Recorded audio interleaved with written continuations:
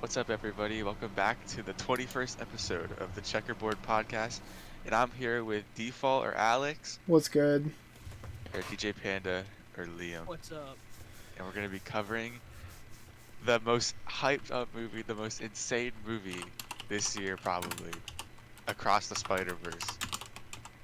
Dude, I'm so So, hyped. dude, me too. This is going to be crazy, bro. Literally, it's insane. So how we're going to run this is the first half is going to be, or like the first part of the whole podcast is going to be non-spoiler stuff, and then the later half will be spoilers. So, and we will make a clear distinction of before we're going to go into spoiler section. So, if you haven't seen the movie yet and want to avoid it, you'll be notified properly.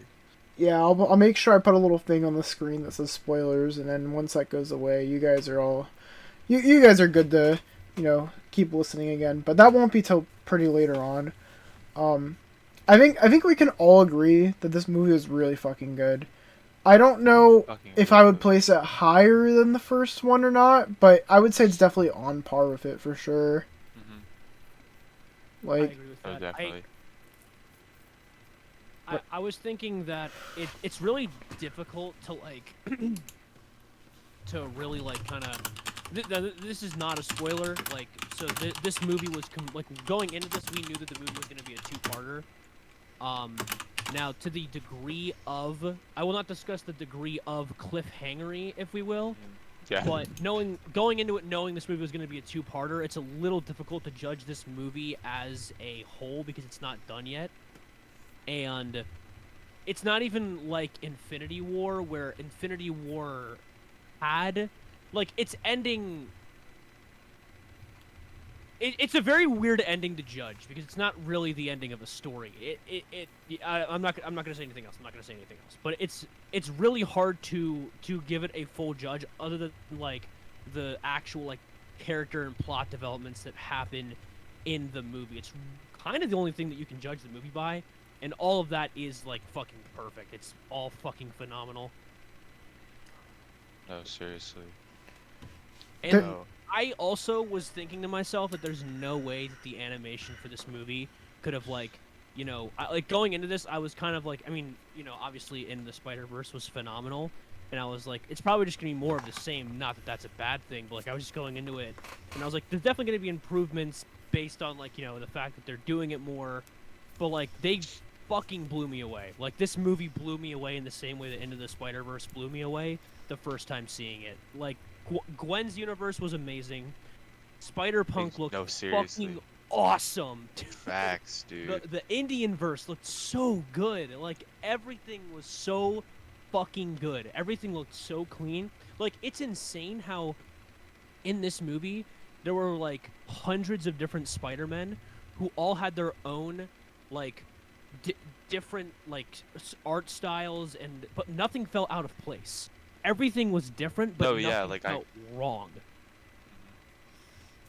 yeah, there was So, like there was so much in this movie that was like fucking amazing. I mean, the art style is one thing, but like some of the details that they really put in this movie are literally so insane. And like I have a few written down that Yeah, like same. I'm like holy shit, dude. Um I'll start with one thing, right? So Liam, I think you mentioned this last podcast, but the frames, right? Like didn't you say Miles gets he has like different frames like Yeah, I want to talk about this too, bro. Yeah. cuz yeah, they It's actually so cool. they add to this even more on this one, right? So everyone is animated at what? Is it 2 or 3 frames? I forget what it is. I Like think it's one. one Like frame. everyone else is animated like at the normal frame rate. Yeah. Yeah, and then Miles is at like 2, right? He's at 2. Yeah, two yeah. or three, yeah. Spider Punk is at like It's at 3 or 4. Spider-Punk's at 3, yeah.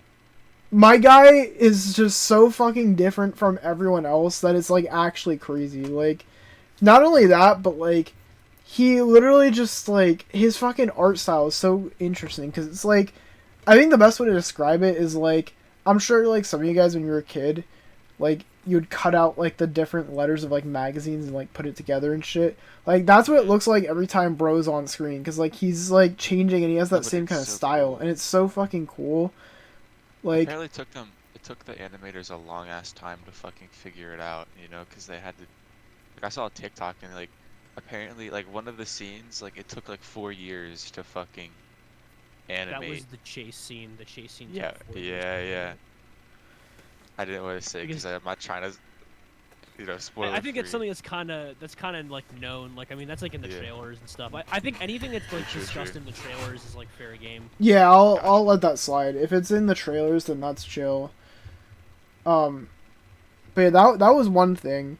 The other thing I also really liked was every time they like mentioned something that like maybe you didn't know, it had like a little note in the bottom right corner from like kind of like how comics do. It's just like Yeah. go. It's like see like Spider-Man 34 or something for reference, or like I don't know. That's just a made up example, but it was pretty cool that like they had like all that stuff because that wasn't even in the first movie. So that was a pretty cool detail. I really like that at least. Yeah, no, Bro. that was one. That was such a fun detail, but I also liked it when they did it like for like words, like a word that you've never heard of or something like that, or just like a very obscure word. It's just like, oh, by the way, here's the definition of it. Like a footnote, was- but in the actual fucking movie, bro. Yeah, no, That was literally. insane. Um, I don't know. There's like a few other things that I have written down, but some of them are like spoilers, I guess. Well, So I have one that isn't like a spoiler.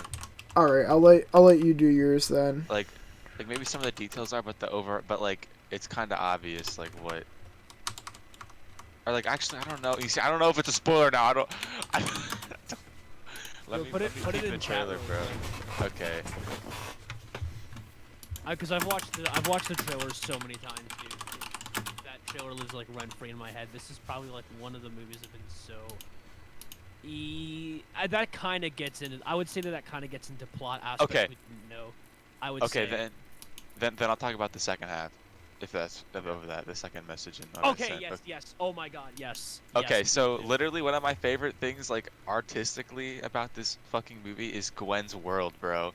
Cause her movie, I mean her world, like her verse and the universe in the multiverse is literally it's like all watercolored and like the lighting is like it's like out of this fucking world, literally, bro. And like something that I noticed when I was watching the movie, like when she was having like emotional conversations with other characters, like the colors around her changed. You know what I'm saying? Which I thought was such an insane like attention to detail. Like and I would never have thought of doing something like that, bro. I like that is so cool to see and it added to the mood, you know what I'm saying? 'Cause like oftentimes when they're having conversations, like it mutes out everything else. Like if you're looking closely, you can see maybe the chair in the background or the table or the TV going, but it's all like this one like shade or like a gradient of like colors to like like emphasis on the characters, to put emphasis on the characters. I just thought that was really cool. That's probably like one of my favorite things in this movie, like from like an art standpoint, you know what I mean? Or like an animation standpoint. What do That you Yeah, think about that it? was really cool. I did really like that. Her, Yeah, I agree. The water, like I especially like hear you on the whole like whenever an emotional conversation or like just like an emotional scene was happening and like seeing like the transfer, like colors changing, um, like the certain like colorization around certain characters, like Yeah, how they yeah. would use like different colors around specific people to like cover their emotions and how they're feeling. It's it's actually kind of funny because it's one of my favorite aspects of. There's something that's kind of like that in the One Piece film Red movie, which is like one of my favorite parts about it. The main character, or oh, I don't want to say the main character, but like there's a character that's introduced and like made for the movie, and she has like this like kind of she has like a very weird hairstyle. So like she has like these like bows in the back of her head, and they're either like folded up if she's in a good mood or like folded down and she's in a bad mood, and like the you'll see her hair like change as her emotions change. But the thing that's interesting about it is that there's an aspect of her story where she's like kind of lying to herself about how she feels about something. And so if you pay attention in the movie, you can like watch her and like she's speaking and she's saying something, but like her hair is telling you that she's lying. And it's a detail that Oh you only shit. notice when you rewatch the movie multiple times. and there's like shit like that. I love things like that because like that's something that only a smart writer does, because it's something that like you have to be observant to pick it up. And so like when you see a character saying something but like the actual color around them is saying differently, it's such a nice detail. It's such like that, it's just one of those things that, like, yeah, this is a very, very intelligent writer. Damn. Bro. Okay, there's like these like memes that I've been seeing going around following this movie, where it's like if Disney had the rights to Spider-Man and stuff like that, and people like making like these, it's like just these really like just putting crappy writing into the Spider-Verse, and it just makes me like so. I think that this is gonna kind of be my ultimate spoiler-free review for the movie. And it's that I think that this, and obviously the original, the first movie of this, are some of the most intelligently written movies that Marvel has ever had. And I think by a pretty wide margin, except for maybe like the Raimi trilogy is still really high up there for me. And there's a couple standout stars in the MCU, but like there's such a, and we'll get into this when we get into the spoilers, but there is some disgusting foreshadowing in this movie and in the first movie. I mean, yeah, no, I was about to mention, like the connection. There's the connections. These movies were planned. Like they had a clear-cut plan. Like when you watch, Infinity War and then watch Endgame, and like I don't want to keep like, being that guy who's just constantly shitting on the MCU, but like I'm trying to give good examples here. Like when you're watching those two movies, and like you watch Infinity and then you watch Endgame, like nothing gets added. Infinity War doesn't become a better movie because you've watched Endgame. It's just kind of a story. It's two movies that extend each other. But Into the Spider-Verse proactively became a better film after watching Across. And after understanding and contextualizing Into the Spider-Verse, Across the Spider-Verse becomes a better movie. These two movies make each other better. And that's just not something I've ever seen in any other Marvel movie. And actually in a lot of movies in a very, very long time. So, I mean, if you literally just want to watch this movie because you want to watch a Spider-Man movie, this movie's great. There's a ton of different Spider-Men with a ton of different personalities. All of them feel different, but in nature of Spider-Man at the exact same time. If you just want some good fight scenes, this movie looks fucking gorgeous. The great choreograph, great fight scenes, great chase scenes. It all feels intelligent and planned out. Like it doesn't just feel like fighting for fighting's sake. Everything feels like natural and good. And then if you want good storytelling and good characterization, as well as a moral dilemma, and like there's like a bit of like, I want to say philosophy, but like there is like moral philosophy that goes into this movie. Yeah. And it is also really good because like once we get into the spoilers, this is something that I really do want to talk about with everybody because it's such a cool aspect of this movie. Like there is nothing this movie does not have. So like if you haven't seen it, go literally watch it right now. I mean, is this the transition to non-spoilers, or is there more stuff? There's one more thing that I kind of just thought about that I kind of want to talk about that I've seen fucking morons talking about, and that's literally that people are saying that like there's forced diversity, and I'm like sitting here, I'm like, I don't think anyone that's saying that has heard the fucking Stan Lee quote where he literally says like, oh yeah, Spider-Man can be literally anyone. It doesn't matter if they're black, white, yellow, purple. Like that's what he literally says in his quote. Like, I mean, not word for word, but that's essentially what he says. And so all these people literally crying about like forced diversity are so fucking corny. It's so stupid because like, why is that what you're focusing on when this movie is literally so fucking good? It just seems like such a weird thing to be like obsessed about. And like, all of these characters aren't like, there's no fucking forced diversity. I don't really feel like there's anything. Literally. None of that felt forced to me when I was watching the fucking movie. Like, yeah, I think the only thing that people would be talking about, perhaps, is that I know that that Spider-Punk and Jessica Drew are originally a different race, but, and check this out. Who the fuck cares? Literally, who cares? Bars, bro. I also think that it's kind of nice because I Actually, I'm just gonna make a footnote about this because I don't really. It's not a bad spoiler or anything like that, but I'm just gonna make a footnote about this because it's something that I like as an aspect. It's a character change that I really like, and I think that they use well. Which, like, you should if you care about a movie for its writing aspects, you shouldn't care if a character like changes race or changes sexuality. I care more if you actually do something with it. Like, if you're gonna make a character gay or change, ethnicities, use those aspects of the character to the best potential, and like just do something with it. I don't dislike anything other than lazy writing, Literally. Yeah, yeah. which this absolutely. I is kind of not. I agreed. Yeah. Yeah, like there's really nothing wrong with like, I don't know. I didn't feel like there was anything really wrong with any of that, but Yeah, I completely agree. I mean, people are just bored trying to find something to complain about, so nothing new. But honestly, if we don't have anything else that we want to talk about, like non-spoiler wise, then we can get into it. I know we're only like 15 minutes in, but I know both you guys are pretty like limited on time, so. I mean, and I feel like there's way more to talk about in the spoilers. Yeah, like I mean, that too. Oh, sorry, Like that's the go other thing. Like I feel like there's a lot more to talk about regarding spoilers. So that and like, I mean, the gist of the non-spoiler thing, it should just be kind of like, leave now, go see the movie, and then come back. Yeah, you won't regret it. you will not Watch regret the it. fucking- Yeah, like I don't want you to keep listening to us talking about the not substance of the movie. Like, go watch it, leave, get out of here, be gone. With that being It's a canon said, event, bro. Go watch the movie.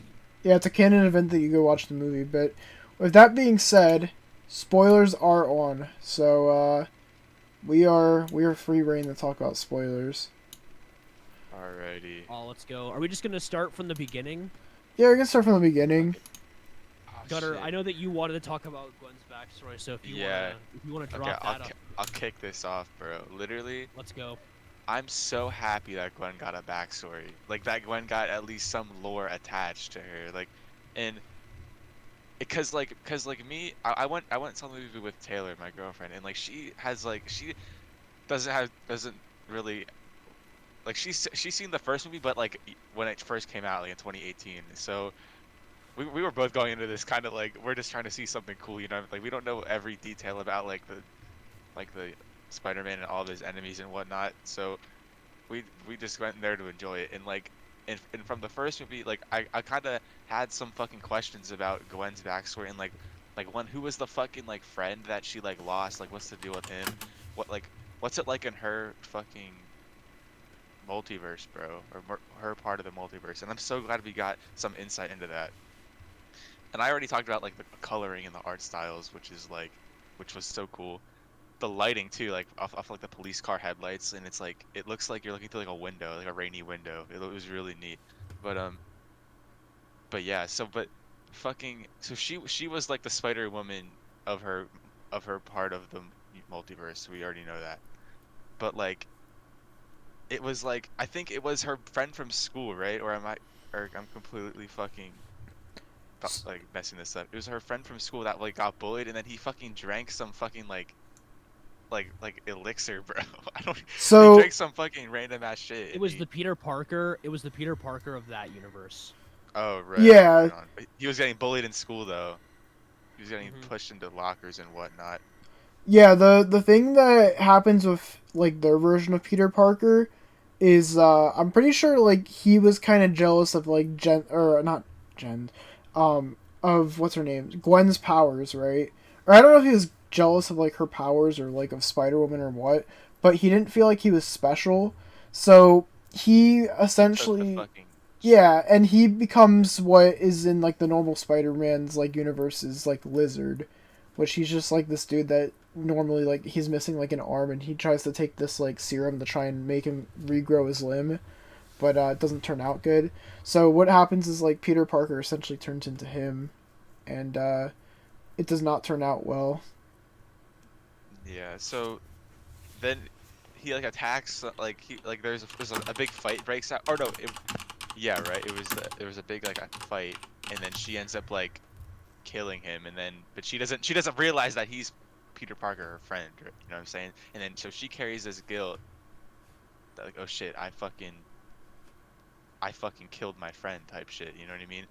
But then, while this is going on, bro, fucking her dad is the cop. You know, because it's like the same shit in every every part of the multiverse. Like there's the cop, the captain, which we'll get into. Fucking is always like the father of the Spider-Man or woman. So there's this whole thing, and then fucking like the dad tries to arrest Spider-Woman for this shit, or right or no, this was a different time. So No, you're right, yeah, because he knew like like Peter like was basically like a family to him as a well. family friend. Yes, you're right. I'm sorry. He just saw Peter dead and Spider-Woman there, and so he blamed Spider-Woman. He put two and for two killing together. him. Yep. Right on. But time passed, and Gwen's feeling the fucking pressure, bro, or she's feeling the guilt, like, you know what I mean? Like, and now that her dad is kind of like against her, like not directly, but you get what I mean, like against Spider-Woman, she's kind of like, oh shit, if I fucking tell him, it's over. You know what I mean? Like, I don't know what to do. I'm between a rock and a hard place. So anyway, this fucking like weird ass. There's probably a name for him. I don't even know the name. It was like some weird like dragon type thing from like. Oh, Vulture. Like, yeah, from the Renaissance. I don't even know, but his art style was cool. It was like it was all paper. I thought that was really cool. But yeah, so he fucking causes some bullshit, and apparently like he's breaking shit, the fucking museum or whatnot. And there's a bunch of people. But then this is where I forget her name. It was the lady with the bike. Spider-Woman. Yeah, Wait, she's Spider-Woman too? She's Spider-Woman. Most people call technically Gwen is Spider-Woman, but I feel like more people call her Spider-Gwen. Gotcha. So okay.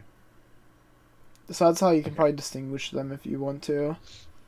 So, gotcha. So pretty much, this is when Miguel and Spider-Woman with the bike shows up, and they pull up from like a different, like they're using the shit that was hinted at the end of the first movie, post-credit scene, using the multiverse like transporter bracelet or fucking I don't even know. Yeah.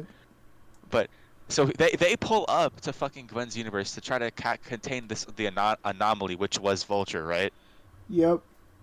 Okay, so this is all going on, and so we're learning more about what Spider-Woman with the bike and Miguel are doing, and like they're dropping little hints, and they're like, oh, we could bring her with, and Miguel's like, no, but Spider-Woman is like, we could, like, she's kind of goated with the sauce, you know what I mean?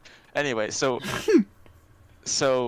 we're fucking going through all this. We're taking.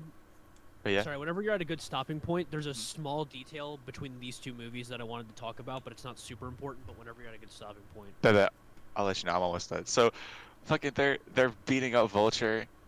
They take care of Vulture, and then at the very end, there's like fucking Gwen's dad comes, and then it's at a point where she can't escape, like her fucking web slingers don't work no more, and she's like in a fucking thing, like in a predicament, and the dad's like, put your fucking hands up, right? Like, you're under arrest. And then she takes her mask off, and then it's like a shocking fucking situation right now. This is all in the first 30 minutes of the movie, so it's shocking as fuck. And then he's still like, you're under arrest, you know what I mean? He's still like, you're under arrest, and that's when she's like, I can't believe you, bro. Like, you're actually gonna arrest your daughter. And then that's when she fucking escapes into the multiverse with Miguel and Spider-Woman. Okay, I'll be right back. I'll be right back though. You can talk what you want to do. all right, word. So something that, because he mentioned this about the like the whole those teleporters that were used to, like, that were hinted at the end of the first movie. This is like something that I really wanted, like something that I thought was really cool that I noticed when watching this. And that's that at the end of Into the Spider-Verse, Miguel is very like jokey. He's very quippy. Like he's like all the other spider people. Yes. And then, but like in this movie, like right from the get-go, he's no nonsense. He is no He's nonsense. No, uptight. dude, no Stick up tomfoolery, his dude. ass. Stick Yeah, up no- his ass right now. No tomfoolery. And so like that was one of the first things I noticed. I'm like, okay, something fucking happened. I don't know what happened, but something fucking happened. Like right Bro, from the it get-go. was- I'm like, dude. Was it the thing with like his kid, bro? Do you think Yeah, he yeah, pulled, well, I he was pulled a gonna- kingpin? He pulled a kingpin. Well, I mean, I think we I'm do kind playing. of know everything that happened, but I'm kind of speaking more in context of like knowing only what we've discussed Right, so far. for sure. Like when I was watching the movie, I was like, dude, what the fuck happened to Miguel? Because like he is a very like he's not super jokey, but like he's very like he will crack jokes, and so like it was very interesting. I mean, I loved his I fucking loved his characterization in this movie, all the same. I will say though they nerfed the fuck out of him in this movie, but that's okay. They needed to. But Miles, too like good. I'll just say that Miguel would have. Miguel could. I think Miguel has like beaten the Hulk in comics and shit like that. Like Miguel's Damn. nuts. He's fucking overpowered. But, Yeah. like they can't. He can't be that strong. in this I don't, movie. dude. I don't know if it's in the Vulture fight or what, but he legit looked like he was about to bite bro's head off. Oh my god. I didn't know he Yeah, could. no, that's actually a thing he does. Yes. I didn't know he actually does that. I was like, damn. Cause like I thought he was just like a. I thought he was just like a Spider-Man from the future. I didn't know he was like an actual like monster too. Kind of. Well, he can inject venom into people by doing that. Oh damn. bro. Like Dude, and he then- has like a venomous spider bite. That's crazy. Bro, Yeah, and then no, right he's- off the he's bat, strong as dude. shit. Oh, I'm sorry. Oh no, go ahead. You're good. Fucking when like he's like about to fucking bite Vulture in like the museum or something, Taylor says to me, "I don't like this guy." So she's a knower from the start, bro. Damn, bro. She goes, I don't like this guy. But Dude, yeah. facts. All right. I guess did you want to cover this portion of like Miles, or do you want me to get a default? I'll let you get it, but there's one thing I want to talk about that I thought was really funny. All right, word. We are all right. So then after all this, we got our little intro. We got our little intro, and actually, there's one thing I want to talk about really quick first, because it's something that I want to talk about when we get to the end of the movie, and that's Okay. that the beginning of this movie starts with a recap and Gwen playing the drums with no other music in the background. Well, there is music in the background, but only for a little bit, and then it's just all drums. That was so And cool. then her quitting her band. I'm not gonna say anything else, but I'll talk about it more when we get to the end, because it's something really cool that I noticed and I fucking love a lot. But anyway, so we get into Miles Morales. We get our our little recap backstory thing of what he's been up to. Wait, can over I the please say one thing about this? Go for it, Cook, my homie. Dude, he had the YouTuber apology. He did 2 times. Two times! He had the YouTuber apology, bro. Dude, I made a mistake. I Dude, messed up. I messed I up. messed up. Dude, that was probably my favorite part of that intro, dude. That- I That was probably one of the best laughs I've gotten in such a long time, dude. That was such a good bit. bro was taking some notes from Logan Paul. I've made a severe lapse in my judgment. Oh my god. Anyway, Something that I really like is there's like this constant struggle with so with Gwen, on Gwen's side, we just got through her being a villainous Spider-Man, and obviously there's the J. Jonah Jameson of his timeline, that's always going to be a thing, but for the most part it seems like Miles' Spider-Man is very respected and very loved in his verse, which is nice. It's nice to see there being an appreciation on both sides. It was a good flip flop. After coming from a verse where it seems like Gwen's Spider-Man is very hated, it's nice to go to one where it seems like Miles is very appreciated. I mean, he had literal companies sponsoring him and stuff like that, which I mean, granted, even Peter regretted it, but it was a good mix up of the of what we just went through. It was a very nice little ray of sunshine after a very depressing opening to this movie.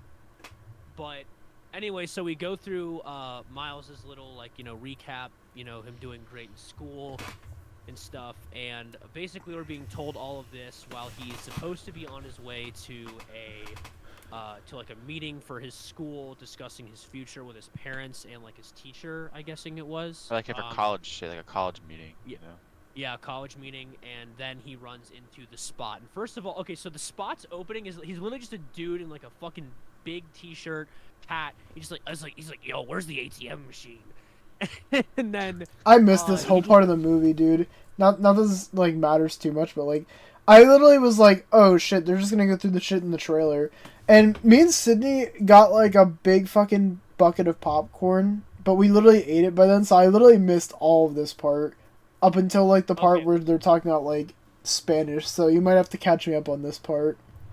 Okay, alright, word. I'll try to be as descriptive as I can possibly remember. So, basically the spot just, like, fumbling and bumbling around. He's, like, trying to teleport in and grab the cash, grab the dough.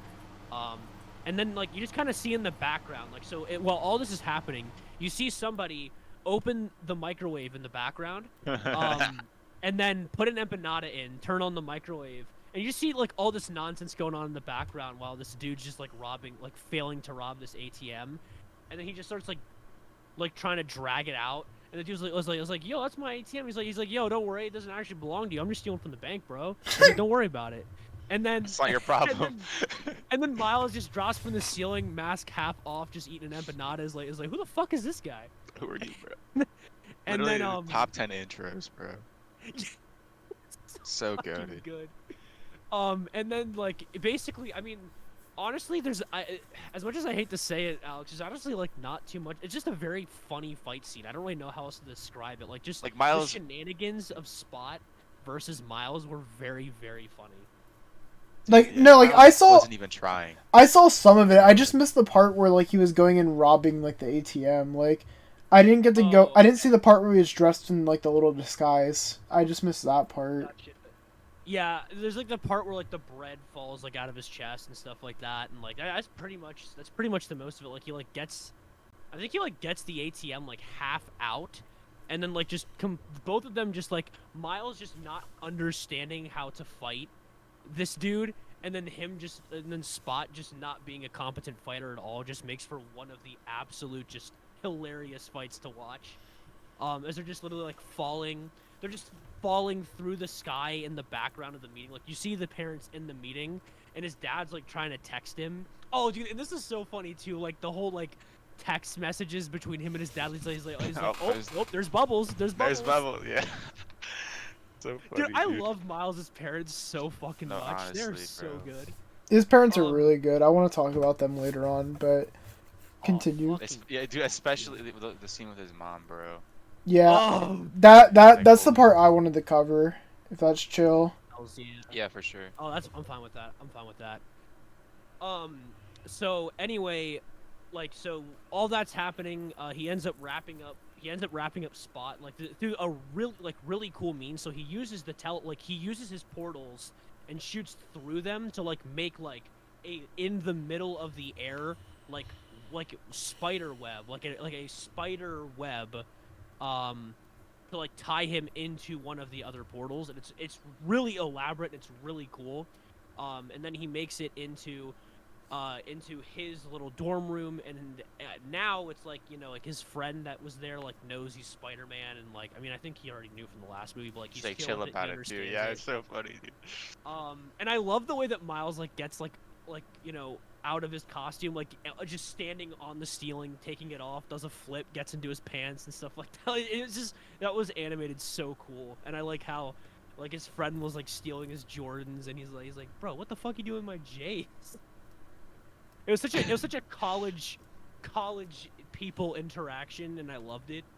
And then Miles busts into the meeting, starts like, doing Spider-Man shit. His mom and dad, like all three of them are just such a good vibe. Like they can carry a scene so hard, just the three of them. And so it's just kind of like plot development with Miles in real life, and him just talking about how he wants to go to, I forget where it was. I think it was in New Jersey. Princeton. Yeah, Princeton. Yeah. He wants to go to Princeton to discuss like interdimensional, outer dimensional transportation. Which, I wonder why. Ooh. See fucking Glenn, bro. But yeah. So he was like, I mean, throughout the intro of Gwen and Miles, like we both know that the two of them have just been missing each other, like big time. And then from there, it kind of just goes into like Miles like kind of struggling to balance his like. Now this is very typical like kind of Spider-Man stuff, like like him struggling to be like Spider-Man and an actual dude, but it's covered fucking great. There's a lot of good comedy aspects. Like everyone feels believable, and like his parents don't feel like dicks about it, which is probably the best thing about it. So he's like late. His father's being promoted to police captain, and he's like giving a speech, like talking appreciation about like his wife and like everyone there, and like he's not like talking shit about Miles because he's gone and stuff like that. Like he's not being an asshole. Like he's stern with him when he gets there. He's upset that he missed like half the party. Oh wait! Oh shit! Also, wasn't he getting the cake as well?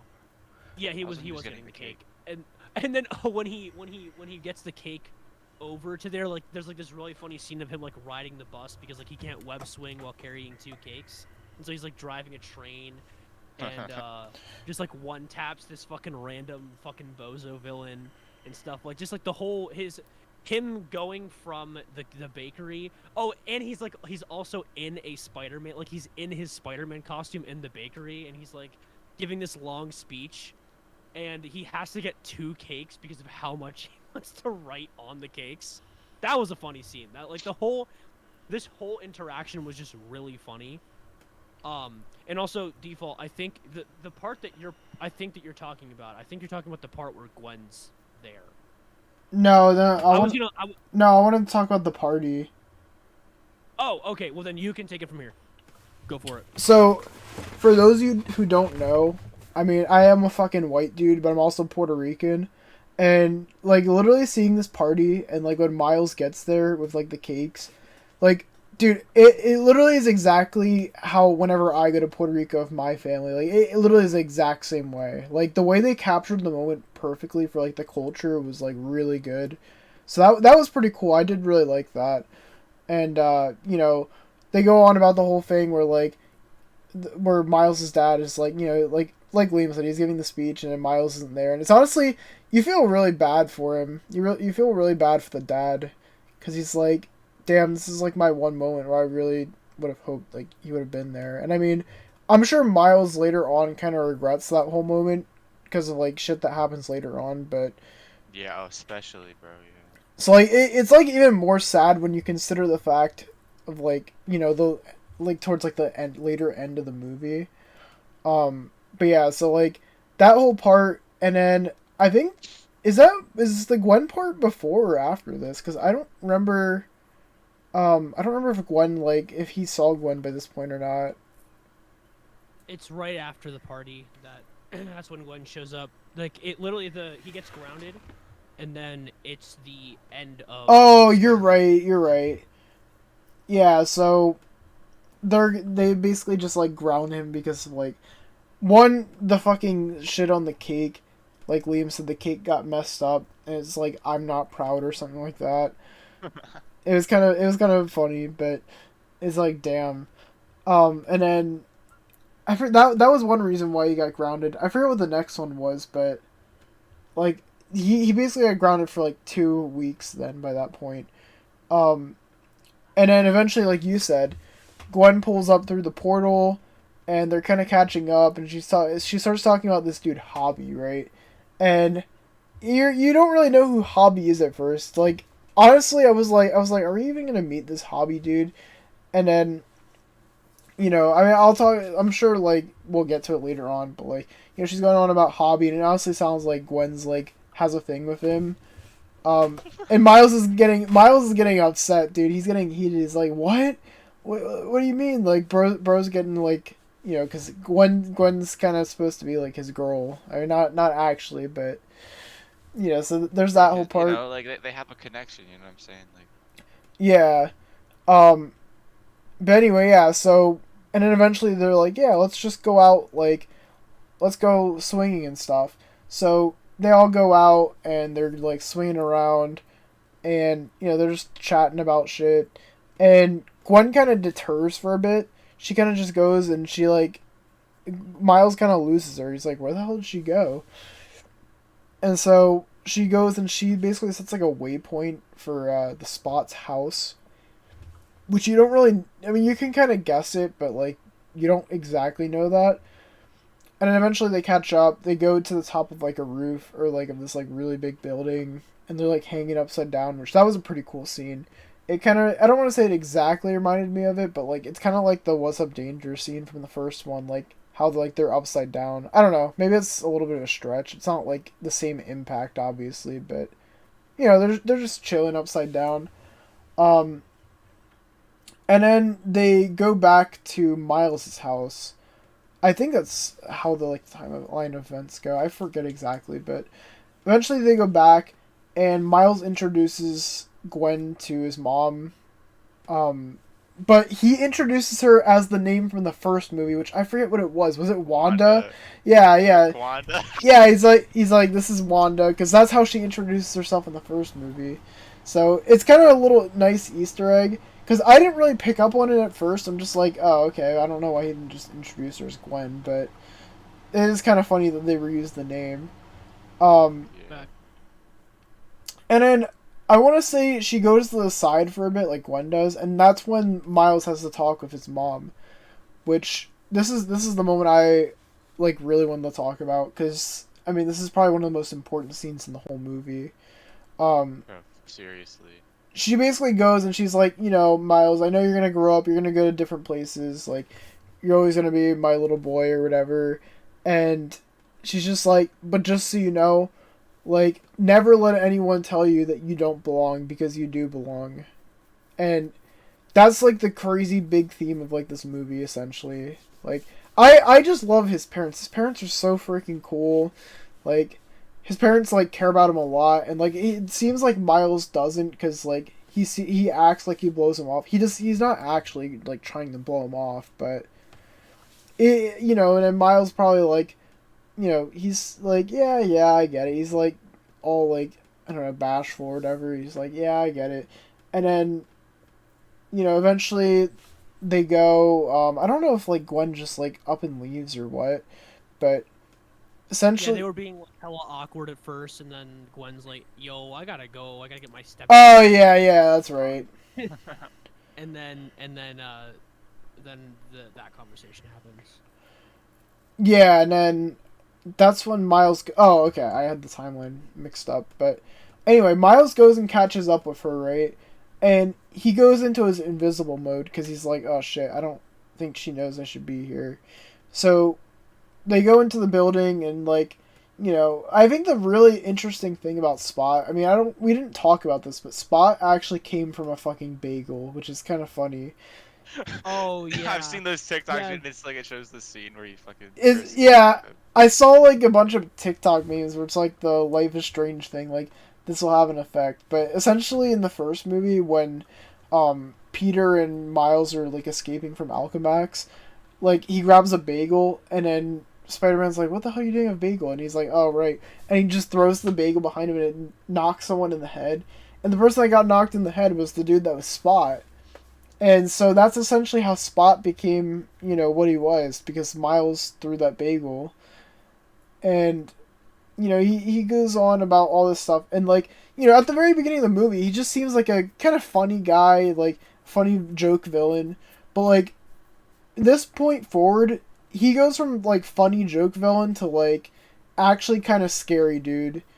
Which, I think there's a few things... Especially after what happened in the India verse. There's like a few scenes I don't think we talked about, but like whenever Miles like beat him up, he went into like his own like dimension. Like he got essentially kicked into his own like area. He's like, oh shit, I can just go anywhere, and he goes between a few dimensions. I don't remember if he went through the Lego one. I forgot about the Lego scene. Yeah. The Lego scene is insane. He goes through the Lego one. He goes to the Venom universe where he talks to this lady in like one of the shops. I guess Venom was at. I don't know. Um, and then yeah, so that's the whole thing of him. And also, one other thing I liked about that we also kind of skipped was Miles's talk with like his dad when he's like, when he's dressed as Spider-Man. Like, I forget. I forget what he says, but he says some funny shit. He's like, oh, you should go easier on your son or something like that. And like the dad's like, huh? Spread his wings. Yeah, let him spread his wings. And he does this like corny, deep voice. But anyway, I'll get back to where we're at though. I want to take us back there one more time because there's another like recall to the first movie that I really liked. Go ahead. And that's the scene when Spot and Miles are fighting and his dad's there. There's a scene where the dad's about to jump into one of the portals to go like instantaneously right down to the fight, and like it's really intense and there's a lot of build up just for him to start like walking down the steps. Oh yeah. And it's like the way that. That like they design it. It's exactly like in the first movie when Miles is about to jump off the building for the first time and web swing for the first time, but then goes down the steps of the apartment. Such a fucking good callback. Such a good callback. I didn't even think of that. Holy shit. Wow. But yeah, no, go ahead. Go back to where we were at. I just remembered that. I know we gotta pick it up because I know you guys gotta go soon. I know we're hitting like almost 2:30. Yeah, I was actually gonna say we could probably make this like we could maybe make it a two-parter and like just discuss like because we're kind of at the point where we're getting into like the middle point. Stuff. Yeah. Yeah, so I'll just wrap this up here, and then like tomorrow or whenever you guys are free, we can just continue the rest. And obviously I'll just edit this, but anyway, so what happens is like you get this whole thing where like Spot is like really fucking like he's really kind of scary evil instead of like funny evil. And after like you see like the whole like recreation of events, you see like how he kind of just like exploded the whole like room there, and Gwen gets like the call from Spider-Woman, right? And she's like, all right, we have like a new detection in like where he's spotted at next, so we'll create a portal for you and you can just meet us there. Like you can go take care of it with Pavita Parker or whatever I forget what his name is. It Pavitri Parker or I don't remember what his name is, but he's Spider-Man India anyway. And she's like, yeah, sure. So she jumps through the portal, and then Miles is like, all right, fuck it, I'm gonna go follow her. I want to see what's up. I don't know, I'm not in all this shit. I want to be caught up, right? So he goes into it, and that's when he enters the what is it called? Mumbai Hatton, because it's like it's supposed to be like Mumbai, India, and like mixed with Manhattan, but. Yeah, I mean, that's like the middle point. I don't know if you want me to talk about that part before we go or like when you want to stop at, but what are you guys thinking? I do have to be like I actually do have to be like rolling out though, but unfortunately, but I mean, I think that I probably could be good for a part 2 tomorrow, I think. All right, guys. So I'm just gonna pause the video right here. For anyone watching on Twitch, we'll be back tomorrow. If you're watching on YouTube, you'll see us in a few seconds. I Go want to hit a hardcore Miguel rant when we get to the back to the Spider Society. So Gunnar, if you want to take this one, then Sure. Okay. So they pull up because this is where the anomaly is, right? This is where Spot is. He ventured to, correct? Okay. So yeah, they pull. Okay. So Spot is going to this part of the multiverse because he is after the collider, the in this universe, right?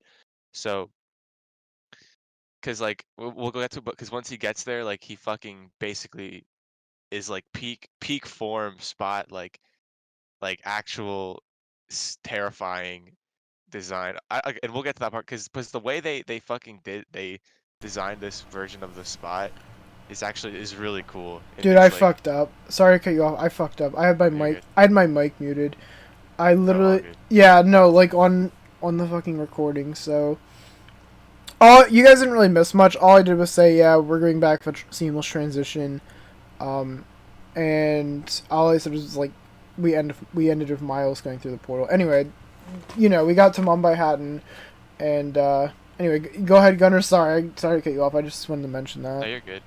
So basically, this is where Spot is trying to use the collider to get to make himself the most powerful, so he can get his revenge on Miles. So and then don't they meet up with Spider-Man India? I forget his name. Yeah, it's I'm I don't want to. gonna look it up. I hate to I don't butcher. want to mess it up. I don't Yeah, want to do that either. yeah. Anyway, yeah, Look this up. yeah. He meets up with him, and then you have the funny scene where he's like, oh, you drink chai tea, and bro's like, chai tea, bro. It's just chai. Chai means tea. Yeah, Like that's funny. Spider-Man India said, "What was Blood talking about?" what is bro waffling about? Bro. Isn't this where we meet Spider-Punk as well? Yeah. This section? So if I remember right, Spot puts up like a force field or something, right? And like to prevent them from going through there, and like none of them could get through it. And Miles is like, "All right, hold up, I got this." And he starts doing his like electric powers to try and I guess like overwork it. To break the force field. Yeah, and then I don't remember what causes it, but like eventually then Spider-Punk comes in, the fucking goat himself, and he starts saying shit, and I don't know what he's saying because his accent is fucking like so hard to, like I literally saw an article where a guy that literally said he's like British too. He couldn't even fucking understand what bro was saying because the Cockney accent was actually like, it was a really strong accent. But Dude was speaking his own shit. Spider-Punk has an ability to like shoot like electrical charges from like an electric guitar. So that's what he comes in. He just comes and starts toodle-doodling, and then it just pops. And he's like, "Yo, Miles, don't be such a fucking bitch ass. Don't you just use your fingertips?" And then he's like, "Oh, shoot, for real." oh, okay, so that's what he said. I literally could. Dude, honestly, Spider-Punk's a goat, dude. Dude is a goat. Facto. We'll talk about it in a little bit once we get to Spider Society, but dude, He clutches up in insane ways. Okay, so now they broke through the force field, but at this point, Spot has already fucking finessed the collider, so they kind of took a little bit. So and now basically the entire fucking laboratory is falling down at this gigantic like chasm, but it's all like buildings, So people are underneath where the lab is and will get hurt.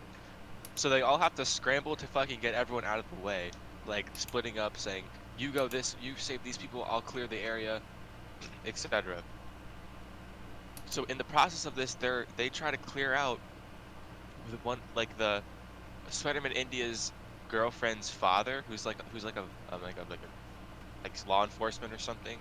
He's like a respected figure, like the captain. Yeah. Like the captain. Like we get where we're going at here. There's a captain in every part of the multiverse. So Miles sees that the captain is just about to get hit by this gigantic fucking piece of building on this bridge. So Miles says, "Gwen, I'm gonna go save him," but Gwen tries to stop him.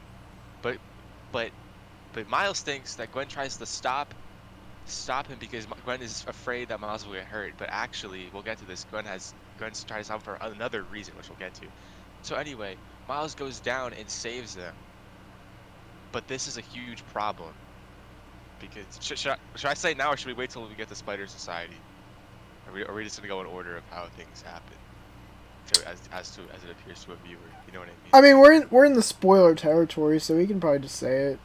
Oh yeah, true. Okay, so at this point, that he altered a canon event, which pretty much is like in every Spider-Man in every Spider-Man or woman's life in each part of the multiverse, the canon event is pretty much a captain or a loved one close to them dying, and that's like a part of the thing. Like it's a sacrifice you have to do when you're a spider person. You know what I mean? So, but the reason why Gwen was trying to stop Miles was because she knew that this was a canon event and it had to happen. But he went ahead and changed the way that things are gonna go, and now Miguel is not gonna be happy about that, bro.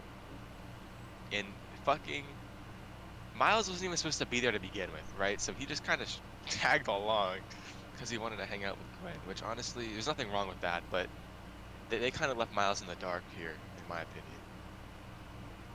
But yeah. And then from Am I there, missing anything from there? Or?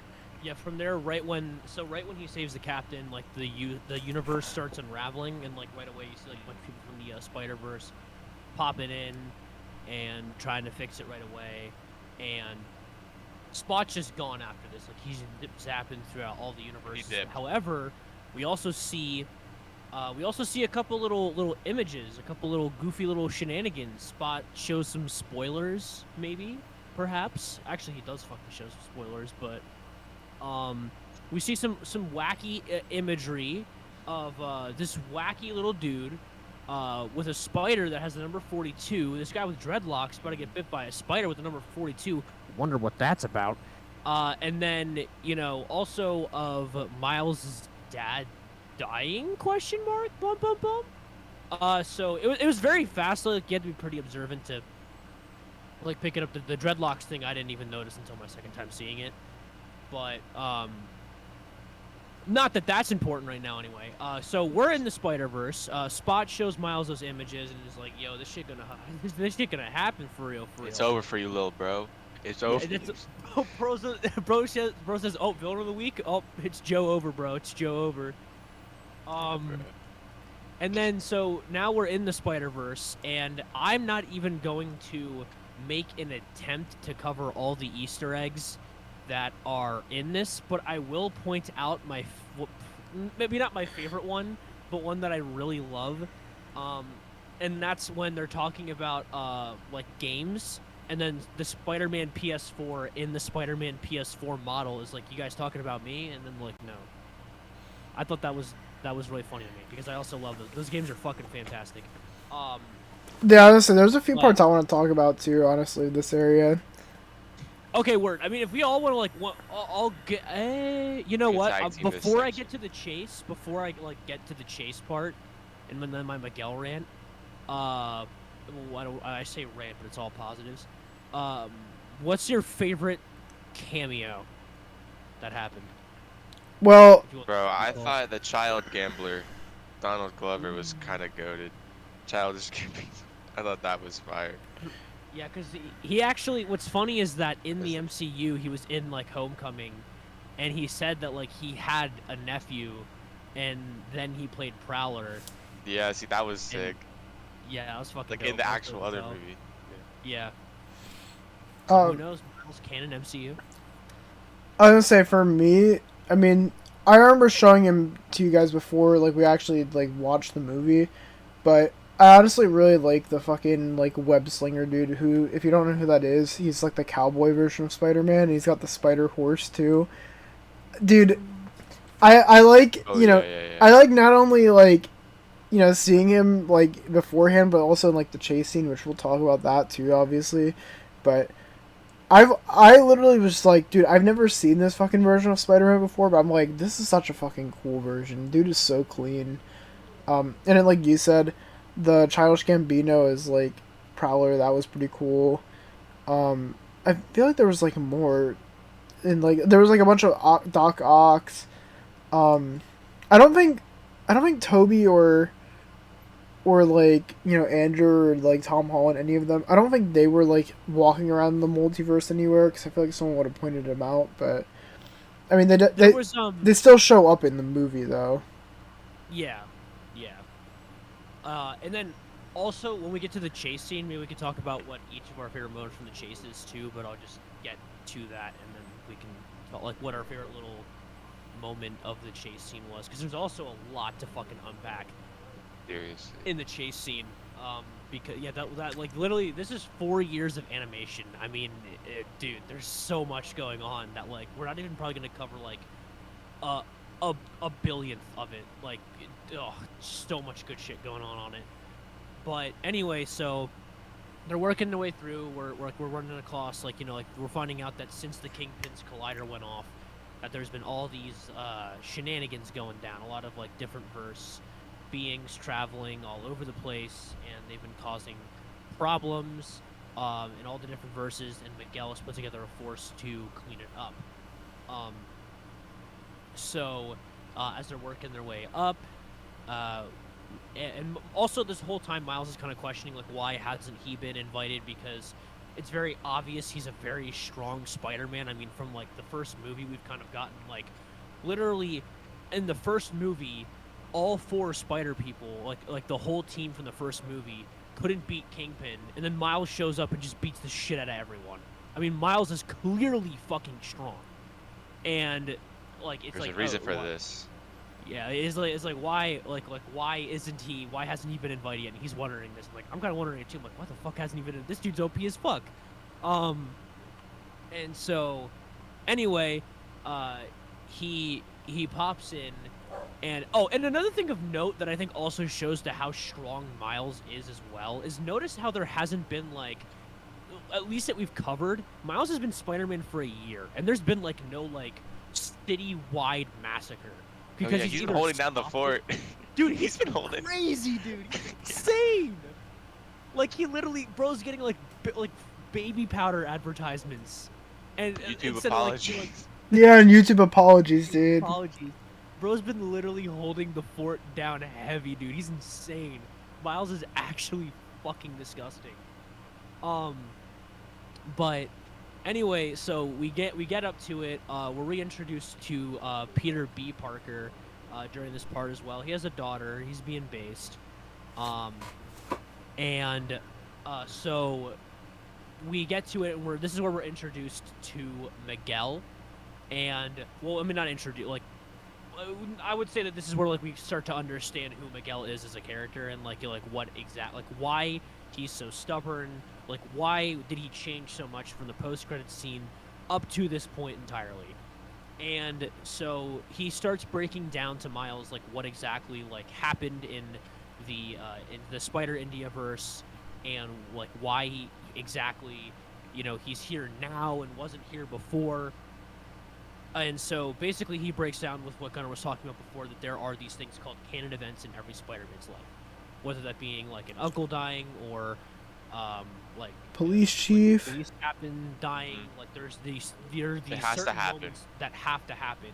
And the reason why Miguel knows this is because once he figured out how to time travel, he went to a verse where he died, and he didn't have spider powers. He was just a regular family man. Because Miguel loses like his entire family in like his comics, and I'm guessing they're gonna go over this in the 3rd movie, but I don't really know what they will and won't go over. But he loses his family, and I mean he doesn't have like an Uncle Ben figure or anything like that, but he does lose his family and goes to a verse where he never had spider powers, but has a family, and goes to that verse, and it ends up getting completely erased because of him going there. And that's why he's so stern and strict about people letting their canon events happen. And so he tells Miles this, and he's like, so tomorrow your father is going to die when he becomes a police captain. And also Miles literally just saw that happen because Spot revealed it to him.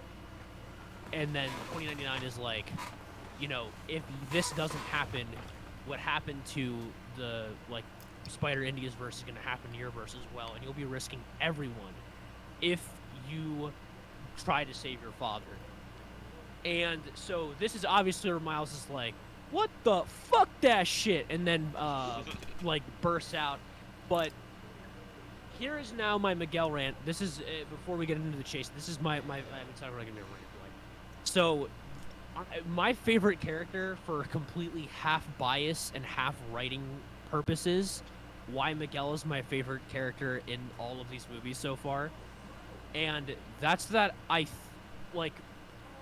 so I know that a lot of people probably hate him because it's like, oh, he wants Miles' dad to die, and this and that and all this other stuff. So I mean, first of all, I think there's just from a basic writing perspective, let's take this out of the way that obviously, it's like, oh, Miguel is just trying to avoid make Miles not go through the same tragedies he went through, the classic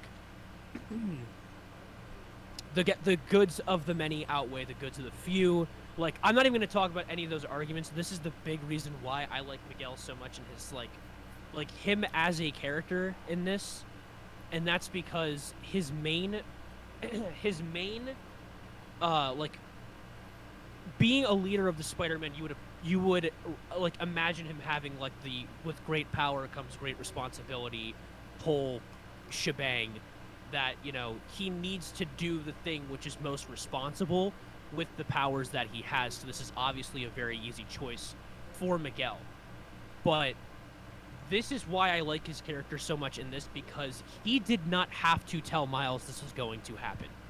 He gave him a choice, and he believed, even though he obviously like neglected Miles enough to the point of where he didn't invite him here, like he didn't invite him to join the Spider Society, he didn't invite him to be part of this, he didn't want him there, and he obviously, like, the way that Miguel spoke to Miles prior to him saying, like, prior to Miles choosing to save his father and risk his entire universe were completely different to how Miguel spoke to him after.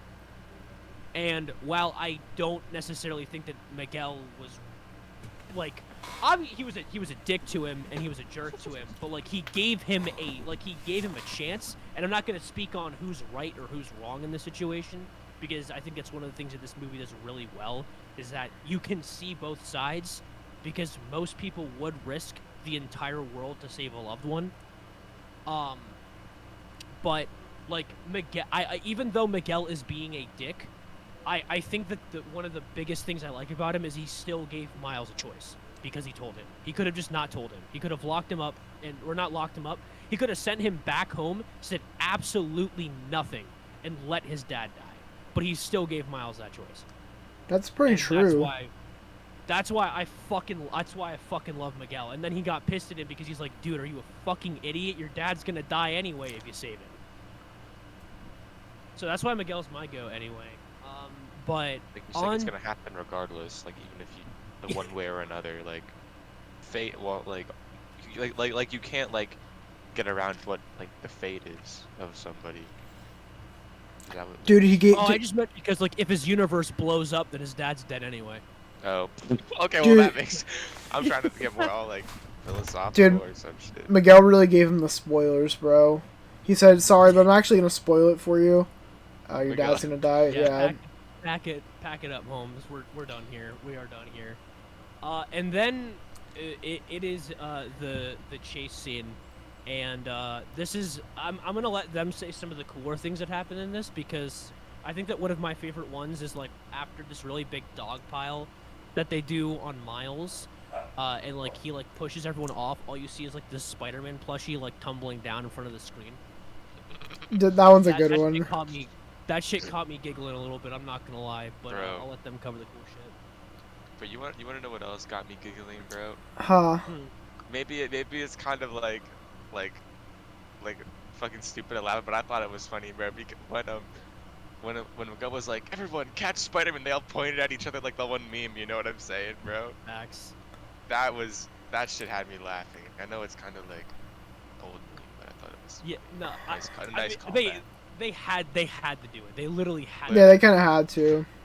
And then like the other joke of like they do that, and then he's like, "No, him right there in the door," and then like the dude with the forearms is like, "Wait, guys, I swear it's not me," and then Miles is just on his back. Yeah, I forget which one that is. Is that that's Spider-Man 2219 maybe? I don't know, but I remember watching like a video, and then I heard he's like kind of like a unpopular Spider-Man. They're just like, he's like, "Huh?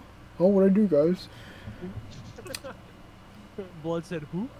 But yeah, I mean, one of the highlights for me, like I said earlier, the fucking web slinger. Miles just fucking kicks him off his horse, and he just takes his horse, and he just dashes away on the horse. with style, bro. Yeah, dude, bro had that fucking style with it. And then, I mean, I don't remember every single like little like Spider-Man that attacks him, but I know he gets jumped by the fucking Spider Cat at one point. I like the Spider Cat too. That one was pretty good. Goofy. What's his canon event? I don't know. Owner uh, died. Okay, dude. Yeah. okay, we're gonna move on. If you know, you know. If you don't, you don't. Yeah. Like, we're just gonna leave it. Wait a minute, did he Damn. lose something of his mayhaps? Did his No, owners I'm gonna take type it something in from him? podcast chat. Let's just If you know, say. you know, you know. Let's just say. There was this one YouTuber that he was, his owner was a YouTuber. That's a easiest way of saying it. But anyway, yeah. That spider guy. I like.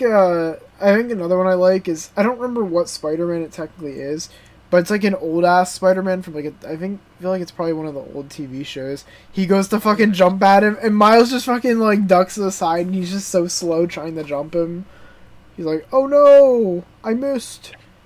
I think half the joke too was that he was 2D, so like he just walked into the third dimension. And then Yeah.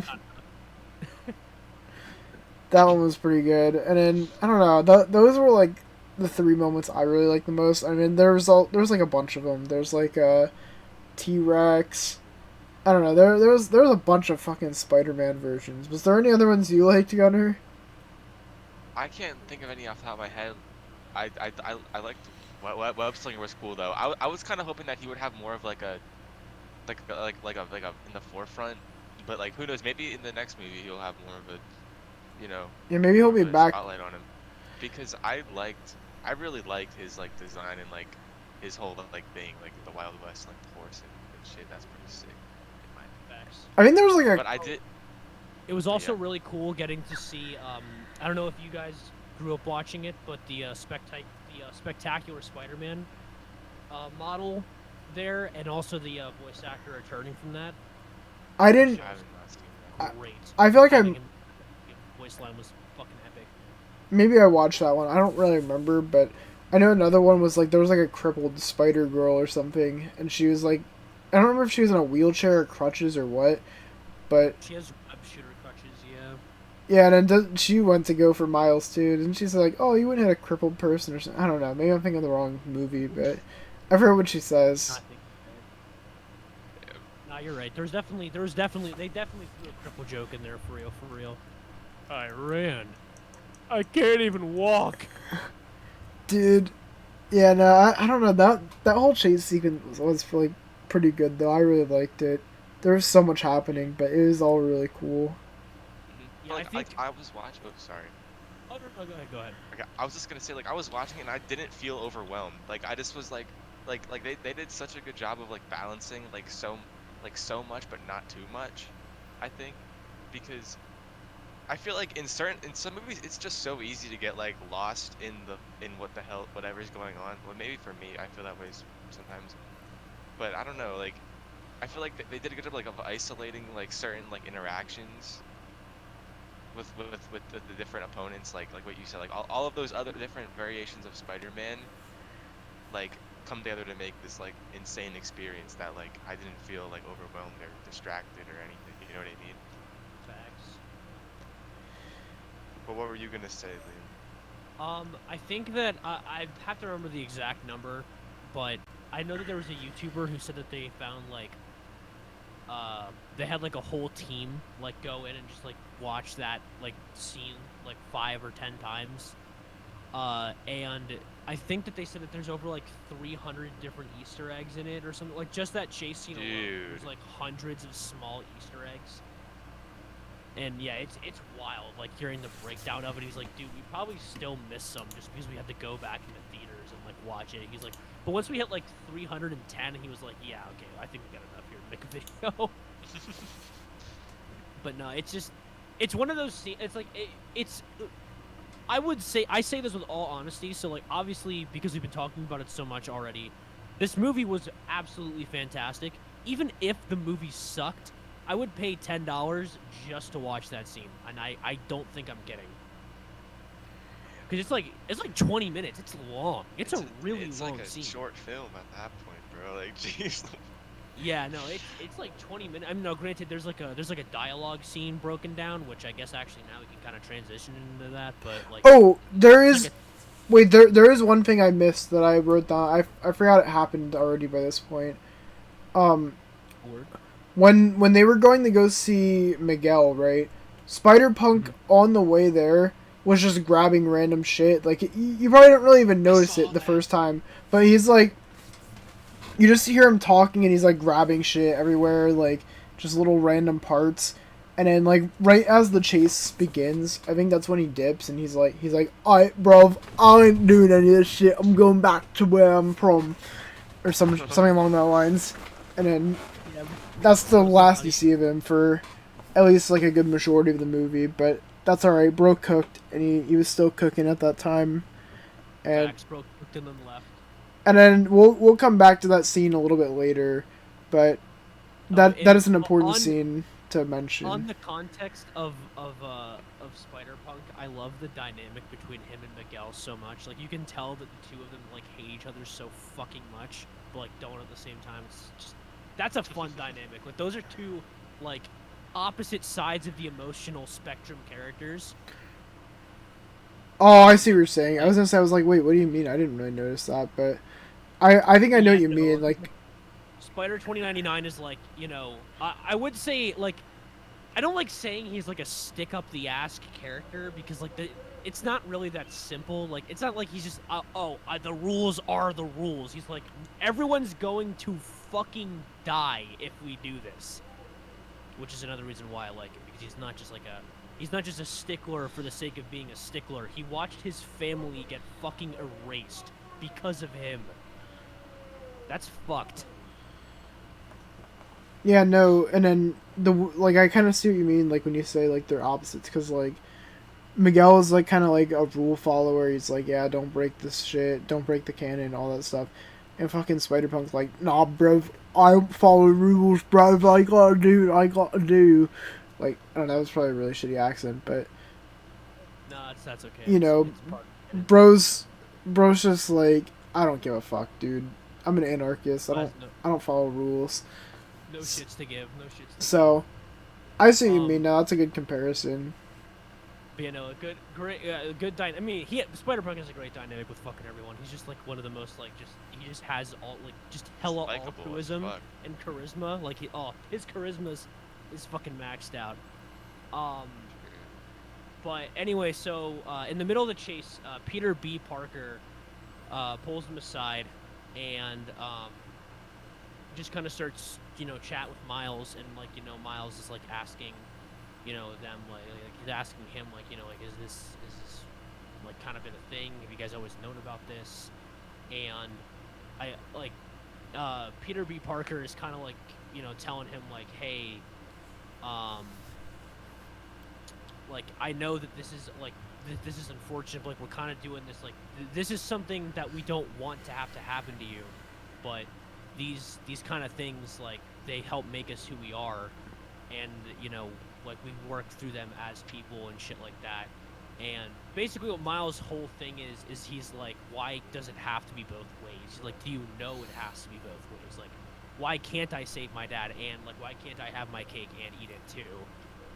Because like the reality of it is like we don't actually like we know how the whole canon thing works, but we also kind of don't, because something that's also been a theme roughly throughout this whole movie is that a lot of the spider people exclusively that are tied to Miles all have something with them that breaks their canon as far as we know.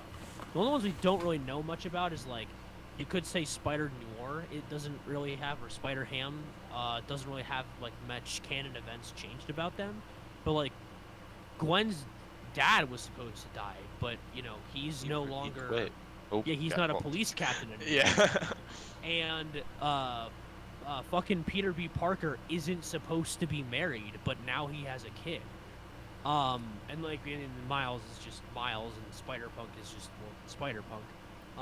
But like, you know, most of the people tied to Miles have non-canon things that have happened to them. And Spider India, same thing. Like, he has a non-canon event that literally happened to him. And so all of them have non-canon things, like things that are supposed to happen that happen to them.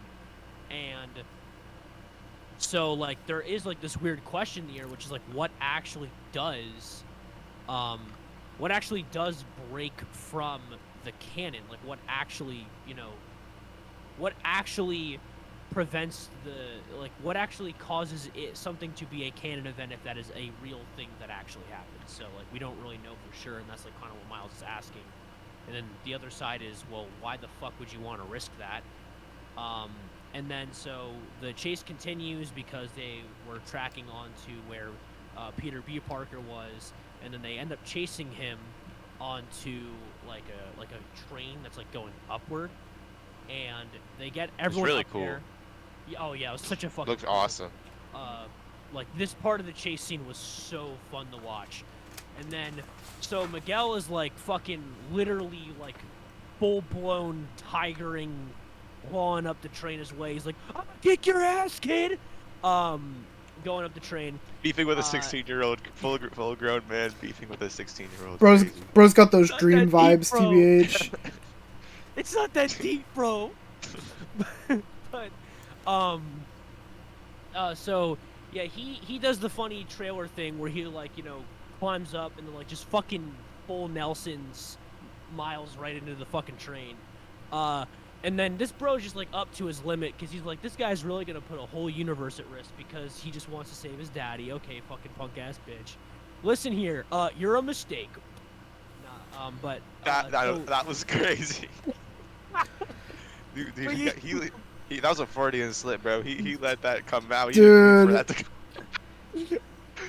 Yeah, no. He did not mean for a mistake. He's like, bro, not only is your dumbass not supposed to be Spider-Man, you killed the right one, bro. Like, damn. That's insane. Why you dude. gotta cook a man like that? Yeah, I felt bad for Miles in that situation, bro. dude. And then we come back to the fucking part, or like we come back to that whole thing that Miles's mom said to him, where like, don't let anyone say you don't belong, because I'm pretty sure like Miguel literally says like, you don't belong here, or some shit like that. Exactly. And then Miles says the crazy infamous line, dude. He's like, nah, I'm gonna smash male schools. No, I'm kidding. I'm kidding. No, that's not what he says. It was not. No, he says Burger King. I'm gonna have it my way. I'm gonna have it my way. Yeah. Dude, that was such a cold line, like in response to that. You know what I'm saying? Like, dude. Damn. Oh, but he was like, Miles was like, oh, Blood brought the whole squad up here for real. Miguel's like, wait, hold on. What? No, but he actually like outbrained them, dude. Like he lured them all away from the fucking headquarters, and then he was like, nah, I'm gonna do my own way, and fucking like left them all stranded. So he fucking dipped and went back to the to like the go home machine. I forget what they call it. It's something kind of funny. It was like a really long acronym or something, Yeah. and then like I think Spider-Punk says that it has a stupid name, and then like Miguel tries to like justify it or something. I forget what it was. Yeah, but it was we'll leave it at that. So he goes invis pretty much, and at this point is trying to like I think Spider-Bite, right? That's her name. Yeah, that's her name. Who like is in charge of that. Who like low key? I think she was hitting on Miles low key, bro. That's just me though. No, she wasn't. There's something there. So and she's like, wait, what the fuck? Why the hell is all this going on its own? But it was actually Mouse invis, like doing his thing, trying to get the machine back up. And then I'm forgetting if anything happens in between here and the time he goes back. Don't they all like come there and like watch him go? Yeah, in 2099, like once Miles has it set up, like 2099 is trying to pry it open, and then like right, dude, that was, he kind of freaked me out there. Like he was scary, dude. And then like, yeah, and then Spider-Bite. Mark like looked back at the screen and is like, bro, what's Miguel cooking, bro? like Miguel is actually unhinged, bro. Like he's off the gas station Zaza, dude. Literally, bro. Dude, and then this Perk is 30 disaster. And then this is when Spider-Bite goes through and she actually presses the button to send him back, I'm pretty sure. Yeah, so she let it slide. Yeah, dude. Damn. Even though she technically did kind of troll him at the same time, but it wasn't really technically either of their faults. Yeah, no one knew that, but then this all comes back to the start of literally the first movie, bro. In what Liam was talking about with this hinting towards the spider with the 42 on it. Hint, hint. Fucking Miles is not from Earth 42. The spider is from Earth 42. Which I think transported to Earth 1610, which is Miles's Earth, through one of the Spot's experiments, right? Or from Alchemax's Yeah, that's how it experiments. was. Yeah. Which so he gets transported back to a universe with no Spider-Man, not his universe, not his parents in a. Like, here, one of you guys explain this, bro, because I can't do this part justice. Literally, this last 30 minutes of the movie, my I was jaw dropped 3 times, unironically. Yeah. So Oh, like, first before that, right after Miles gets teleported through, Miguel's like, "Fuck this shit," and just grabs Gwen and is like, "Go home, bitch. I'm done with your ass." That's true. Sends Gwen home. Yeah, he's like, "Bitch, get the fuck out of here. And You he- fuck this shit up." dude, And he El takes Miguel. her watch too. He says, "Nah, give me that watch too. That's mine." Versus adios, chump. True. And then But yeah, now Gwen's back home, and Miles is back home. Wink, wink. well, before we do that, like before we go like to Miles again, we gotta talk about Gwen and like she talks of her dad, and she thinks her dad probably still hates her and stuff, but Gunnar, I feel like you're the one that really likes the Gwen stuff, so maybe I should let you talk about it. Okay, yeah. I'll do this and you guys can cover the Miles situation. So she comes back and like she's like apprehensive about returning to her house because like what Alex said, like, oh yeah, he hates me and shit. And he's gonna try to arrest me. So he like goes back in and she's like sneaking inside a room to like just to peep shit and see what's happening. And then she eventually get like her dad like is watching her the whole time. Like she thinks she's being slick, but nah, bro. And then it's revealed that like yeah, like he resigned from being a police captain. So like I said, like that's the canon break there for Gwen. And they have this really wholesome like moment where they like squash their beef, I guess, for lack of a better term. They like I don't know, they put the past in the past and he's supportive of her Spider-Woman venture. You know what I mean? So which is wholesome 100 if you ask me. And I feel like I'm missing something though. Did I Yeah, you missed one important thing. That was the thing that I talked see, about earlier. Remember yeah. Wait, what was that? Sorry. the little gift. Wait, what was the gift, bro? So The you got it. Yeah, so this is and then doesn't he fucking Gwen's dad says, "Oh, someone dropped this off for you, right? At the house." And then she opens it and it's from fucking Spider-Punk, dude. It's a makeshift like homemade jumper, like a multiverse jumper. So all the shit that Spider-Punk was getting throughout the movie, like Alex mentioned in the background, he said, "I'm gonna head out," and then fucking puts the shit together and leaves it in Gwen's dimension, like a fucking G. So now she can assemble a gang and get to Miles's dimension, dude. Facts, because she Actual, knew that like, that Miles was in the wrong one. Yeah, as like well. there was a problem. Wait, And who literally knew why that? we need more of Spider-Punk, dude. Gwen knew that Miles was in 42. Oh, she did. Yeah. Okay, I didn't Because, know that. Like, right after he got teleported, like fuck, I'm trying to remember. Oh wait, no, yeah, she didn't even remember. Yeah, actually, never mind, because she didn't find out that. I was gonna say I it thought she was happened surprised when until- she went into like the room. Yeah. See, and then this was when Miles was in 42 and Gwen was in 1610. Like they like cut it back and forth so it like looked like they were in the same universe, but then when the ball dropped, Yeah, because Yeah, or like the fucking Well- the fucking penny dropped and we all found out that Well- that was the twist, you know? Yeah, the way that they did it too, I think the way that they do it was probably like my favorite thing ever, because like so how it's building up is like Gwen's outside the window of his room, Mhm. and Miles is like in there pacing back and forth. It's like, okay, when my mom gets home, like I'm gonna tell her that I'm Spider-Man and stuff like that. And then he reveals like, oh, I'm Spider-Man, and then she's like, that's great. And then like she's like Good saying for like, you, lol. is this like a Comic-Con thing? And then and like I'm like, dude, what the fuck? I'm like, what is she This is talking? not like her. This is not like Rhea. This is not like his mom, bro. I'm like, what is Blood talking about? And Yeah. then like he walks out into the kitchen, and then fucking Uncle Aaron walks through the fucking door, and I'm like, what oh shit, the fuck? oh shit. And then it just even more slowly it starts coming together as they walk onto the roof, and there's like a mural to his father, where the mural to Uncle Aaron is in his verse. Gwen walks in the room and Miles isn't in the house.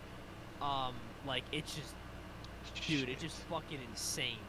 And actually, I kind of, okay, Alex, I kind of wanted to cover like the last like 30 seconds to the movie. Do you want to get this big twist? Yeah, so essentially, wait, you're not. Are you talking about like the whole thing with The band getting back together. Okay, oh, okay, all right. Yeah, so essentially, Miles is like lost. He's like, wait, what? Like, how is he still here? And he's like, where's my dad? And then so they go up, and they go up the fucking stairs or whatever, and you just see there's a whole freaking mural for his dad, because something happened to his dad. That is crazy. And Like no, it was like the role, like the swap, like he like, you know, his dad died instead of Uncle Aaron. Like it was in this universe, which is crazy. did they explain how he died? I don't remember if they think did. so, but I can just imagine like Bro, they just yeah, bro, just swap. got. I wonder how that happened. I wonder if they'll explain it in the next movie. But yeah, so and he's like, I think he says to him like, aren't you the Prowler? And he's like, he's kind of lost for a second, and then eventually Miles gets like jumped from nowhere, and he wakes up and he's tied to the fucking beam, and he's like, huh, what's going on? And you know, he's like, you're Prowler, aren't you? And he's like, nah, I'm not Prowler. And then you just see the Prowler come over, and Miles is like, what the fuck? And Prowler goes over, and I feel like he's fucking threatening him with the claws and shit. And it eventually takes off the mask, and boom, there he is. The Miles with dreadlocks that you literally saw earlier in the movie that lost a spider, dude. It was that was pretty crazy. Holy fuck.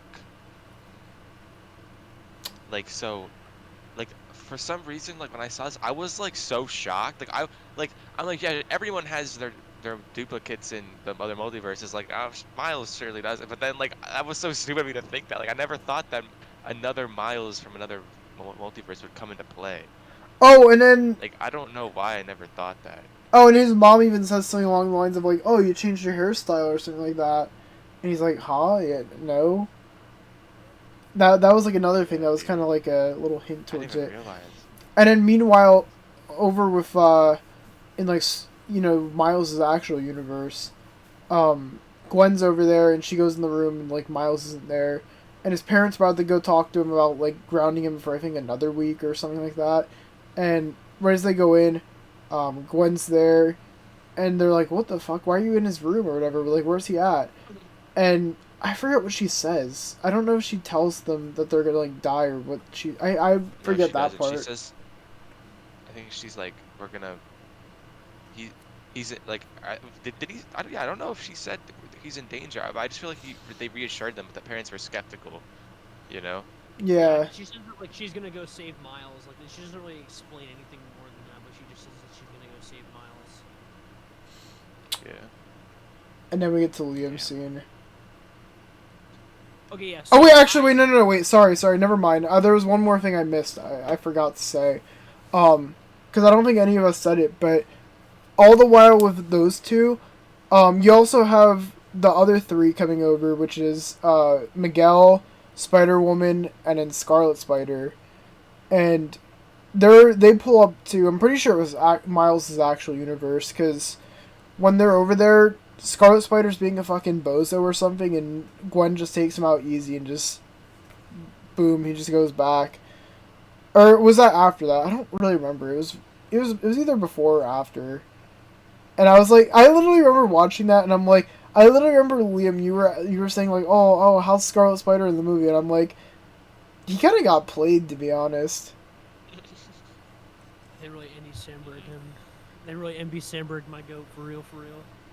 No, I'm optimistic that like next movie they're gonna do like, cause I mean, you know, Miguel chose him for a reason. Like, if he's like part of the strike squad, then there's 100% a reason why, and I think we're gonna get a little more of an exploration of him. Hopefully, Andy Samberg cannot be Andy Samberg for like 5 minutes and do like a cool role. But on the opposite side of that, fucking I don't know why I'm blanking on his name, but Oscar from fucking Voyage 2099 fucking killed it and was like perfect for this role. So that's a W. But anyway, so at the end of the movie, where this huge reveal happens, Miles is just about to obviously the first 10 seconds of Beyond the Spider-Verse is gonna be Miles blowing up that fucking punching bag. I mean, like, no shit. But anyway, so the end of the movie, it shows like, you know, the Spider-Man 2099 squad, and then Gwen forming like I guess we'll call it the end of the Spider-Verse squad or something. I don't know. Yeah, like bring it all back. Bring the whole gang back. Bring the whole gang back together. So when Miles' identity is revealed, like the Prowler's identity is revealed, the Leap of Faith music starts playing, like the instrumental for it before like the What's Up Danger. There's an instrumental that plays before What's Up Danger plays. That starts playing when it shows Miles, and then it goes to 2099 and like it does like his theme kind of incorporated into it, and then it goes to Gwen's team coming together. When Gwen is shown, drums get added to the song and overtake 2099's. Then Spider-Punk shows up and guitar gets added to it. And then when I'm trying to remember, there's another person who gets thrown in and another instrument gets added in. But like all these elements, like all these different elements to the theme at the end, start getting incorporated into the song as the characters show up on screen, and also means that the movie starts with Gwen leaving a band and it ends with her starting one, which it's so simple, but I fucking love shit like that so much, and I don't know why, but really, like, it was about as perfect as I think that they could have ended this movie, because like I think that now that it's a lot more focused, I think that we're gonna really kind of see like how like OP Miguel, Ben Reilly, and Spider-Woman are, and because like there's only 3 of them. Miguel brought 3, and there's like 7 on Miles' side. So like I think that in this movie, like all 3 of them are gonna be like really like there's gonna be a really interesting dynamic going on, because they're all gonna want to be trying to stop Spot. Like they're not gonna all want Spot to die, but they're also, or not to die, but like to win. But Miguel's side's also going to be wanting Miles' dad to die. So like there's just gonna be a very weird and interesting like dynamic going on in this movie, because like they're all technically on the same side. Like they all want to stop Spot. It's just that there's one thing that's gonna happen because of this that some are trying to prevent, some aren't. So I don't even know what to think, like what exactly the climax of this next movie is going to be, because I feel like there's gonna be so much going on. There's gonna be many turning points. I feel like, because this movie was even a fucking roller coaster, bro. They so much insane shit was in the last like 30 minutes or so. Damn. Yeah. And my question to you guys is, do you think that Miles' dad is going to die in the 3rd movie, or do you think he's going to stay alive? I'd honestly be surprised if he... Actually, no, I'm going to be optimistic, I think he's going to stay alive, because other characters, like you mentioned, had canon-breaking moments. So nothing seems to happen. Knock on wood. Who knows? Maybe something bad will happen. Maybe all these other instances of breaking of the canon will all contribute to some big collective thing greater than the spot. Maybe that you know what I'm saying? Like I don't know. Like, I don't know at all. But I feel like it Yeah, might be interesting. a fake out, honestly. Like, one way or the other. I feel like it's gonna be a fake out. Like, he's gonna come really close to death, and then eventually they save him. Or it's gonna be like, oh yeah, look guys, I'm safe, yeah, yeah. Bang. Bro's just dead. Like, You know what would be I would laugh out crazy? loud. What if like they, what if they don't really like? Because okay, you would think that like with Into the Spider-Verse that this movie, like with these movies, that it would maybe it's probably there's like a very good chance of it ending with Miles being accepted by the Spider Society and stuff like that. But like, what if Miguel kills his dad? Bruh, I was just about to suggest something like that. Like I do not trust Miguel. that's what I Like, was just thinking. Like, that's Yeah. what I'm saying. Like, imagine they just stop Spot, and, like, they're like, oh yeah, look, he's safe. And then Miguel goes over, he goes to fucking see, what's his name? Miles' dad. Gives him the pat on the back. Just kidding. Psych. Just fucking puts the claws through his back. Oh. no, I mean I'm not talking like That would like be in a crazy. somber moment. Like I mean like what if Miles like saves him and like gets him out of the way and like just turns around like puts him down and like turns around from his dad a little bit and then just turns back around and Miguel just has already killed him. Like something that's Holy sudden, shit. like really quick. Like in the fight, like imagine in the final fight against Spot, Miguel gets thrown to the side and stays out of the conflict the whole time and then kills his dad like out of nowhere. That's cold, bro. Like not cold in a good way, cold in a bad way. That's like cold as blooded, bro. That would That'd be be like fucked up. the thing that's insane is like and on the opposite side of the spectrum, if the movie ends with Miguel saving his dad, both of those would be such crazy ways I to end the know. movie. Like Like I'm hoping for the latter, bro. But I just don't think Miguel like. I think that he has some sinister motives, bro. Like I don't know, like behind the scenes. That's just my opinion. I could see Miguel honestly being like a very like the conclusive villain of the series or being like just pretty much what he's been portrayed as so far, and I would honestly be content with either. Same.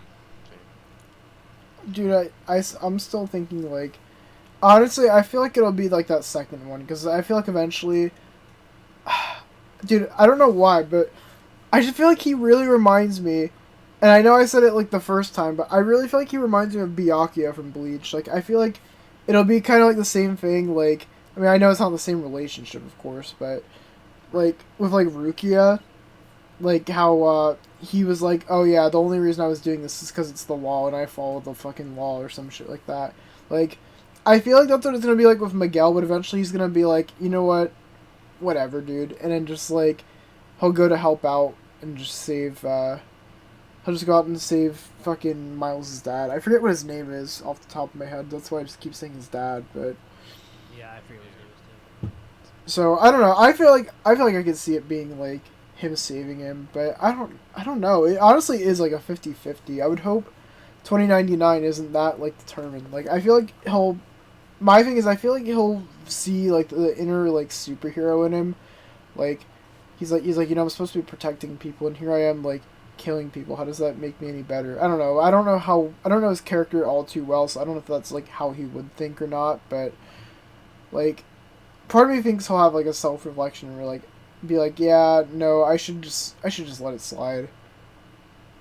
Yeah, I mean Yeah. that's the thing that's crazy is that like they're riding close enough to the comics with some of these characters that I could see them like because Miguel also isn't exactly what I would call like he's more akin to somebody like Punisher than he is to like a Spider-Man. Oh really?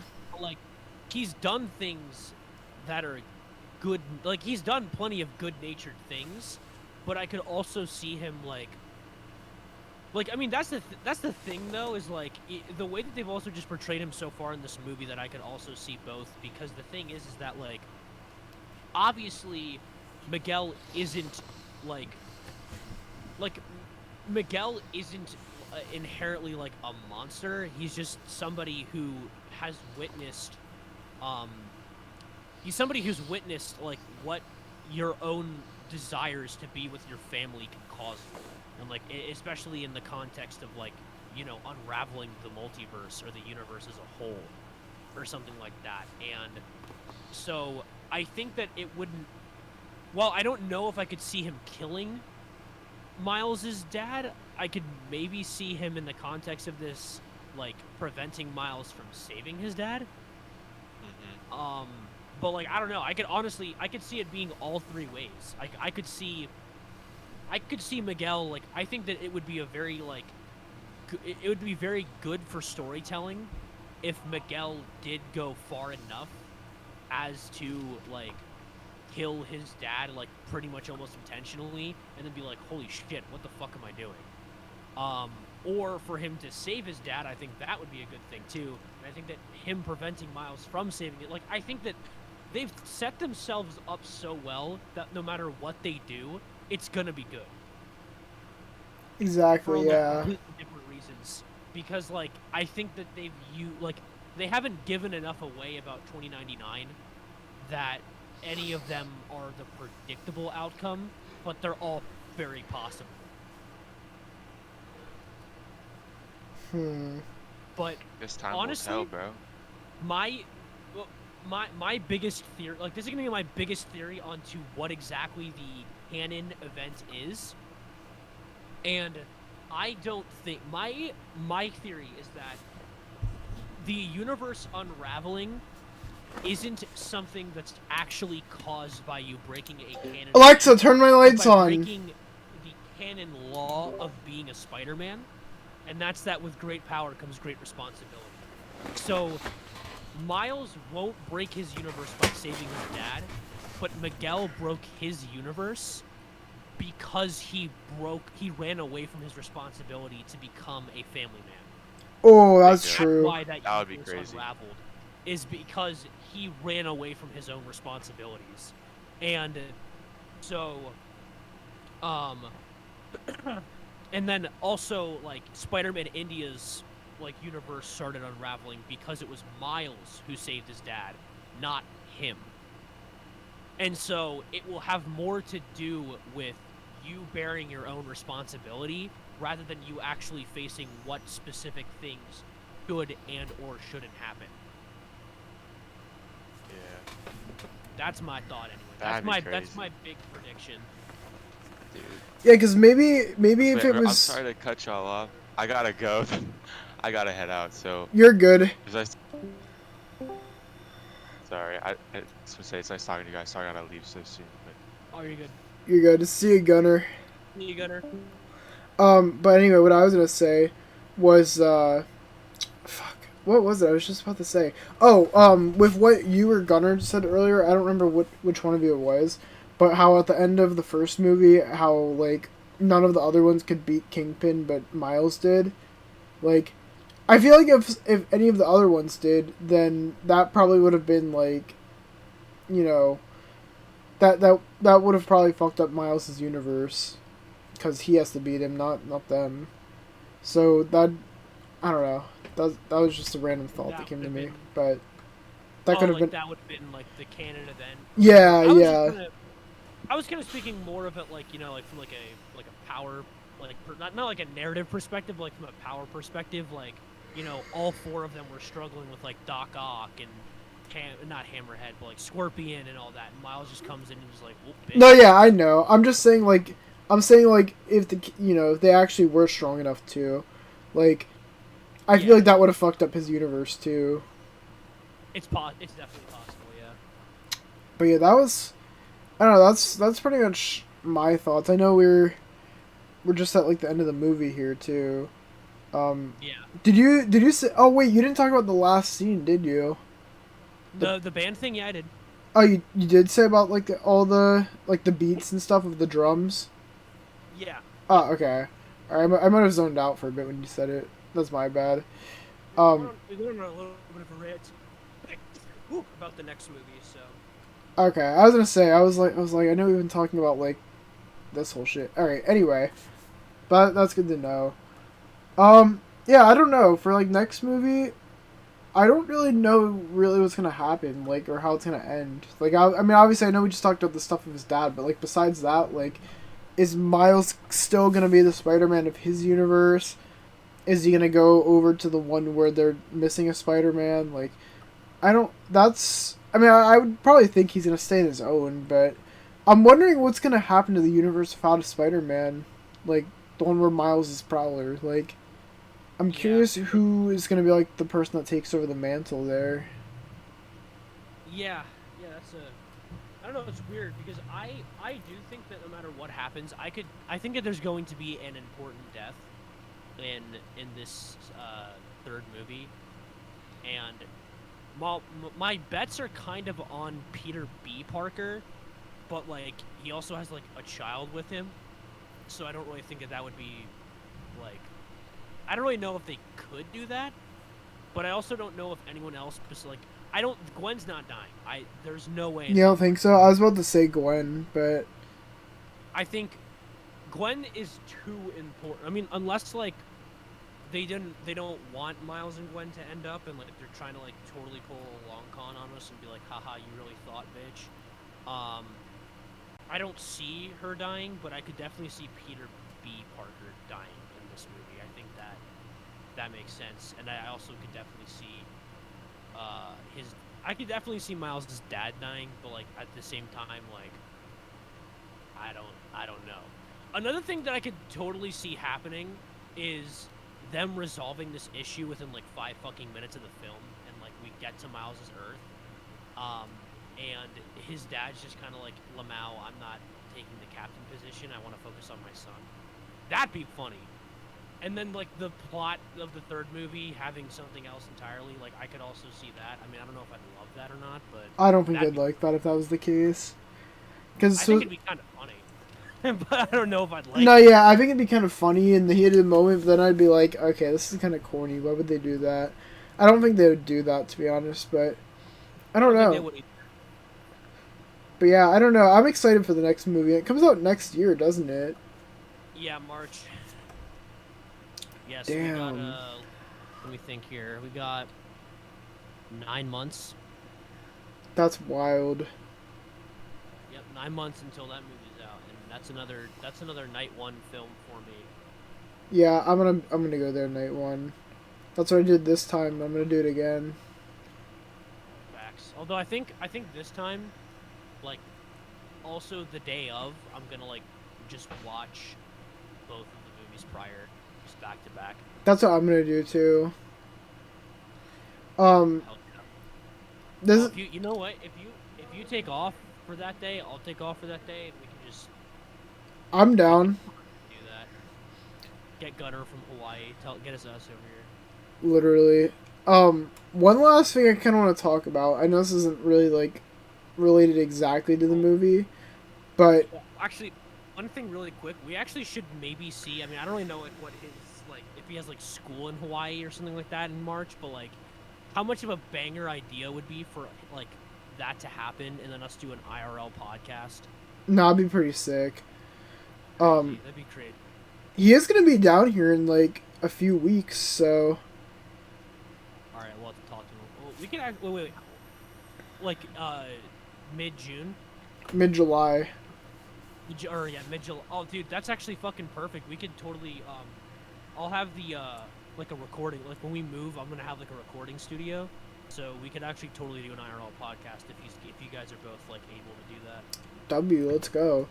But yeah, the last thing I want to talk about is, as you guys know, I am the Funko guy.